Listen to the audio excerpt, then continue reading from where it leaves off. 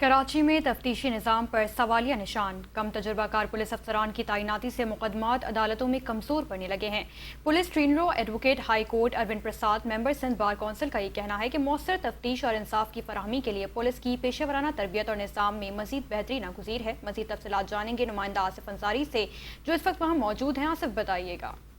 इस वक्त हमारे साथ मौजूद हैं सिंध बार काउंसिल के मेंबर, हाई कोर्ट के वकील हैं अनूद प्रसाद साहब। हमें बताइएगा कि गुज़िश्ता 4 सालों से आप पुलिस को पढ़ा रहे हैं, तो आप हमें बताइएगा कि अब आप तक जो है पुलिस के अंदर क्या तब्दीली आपने देखी है? आपकी इतनी मेहनत करने के बाद क्या कोई इनके अंदर तब्दीली आई है या वैसे ही सारा निज़ाम चल रहा है? देखिए, 2 चीज़ें हैं। बहुत बार जब हम पुलिस को पढ़ा रहे होते हैं तो हमें ये महसूस होता है कि इनको नहीं पता, क्योंकि हमारे यहाँ जो पुलिस को पढ़ाने का सिस्टम है उसमें हमारे चीफ जस्टिस साहब जहाँ देखते हैं पुलिस की इनएफिशिएंसी की वजह से या गफलत की वजह से, तो वो प्रोसिक्यूटर जनरल को यहाँ वो रिपोर्ट्स बना के भेजते हैं कि ये केस हमें इसलिए बरी करने पड़े कि यहाँ पुलिस की गफलत थी।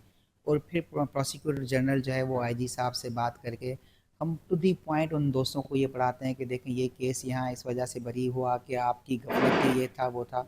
लेकिन मैंने जिस तरह से आपको बताया, ईमानदारी का भी तो बड़ा मामला है। यहाँ बहुत बार हमने देखा पुलिस जो है वो पैसों के चक्कर में या नाअहली के चक्कर में, गफलत कहें, सुस्ती कहें, हालांकि देखें जहाँ पुलिस ने इतने ज़्यादा एफ़र्ट्स लिए, मैं समझता हूँ कि हमारे सुपीरियर कोर्ट के बहुत सारे केस लाज हैं गुज़िश्ता 5 सालों से वो रूल कर रहे हैं।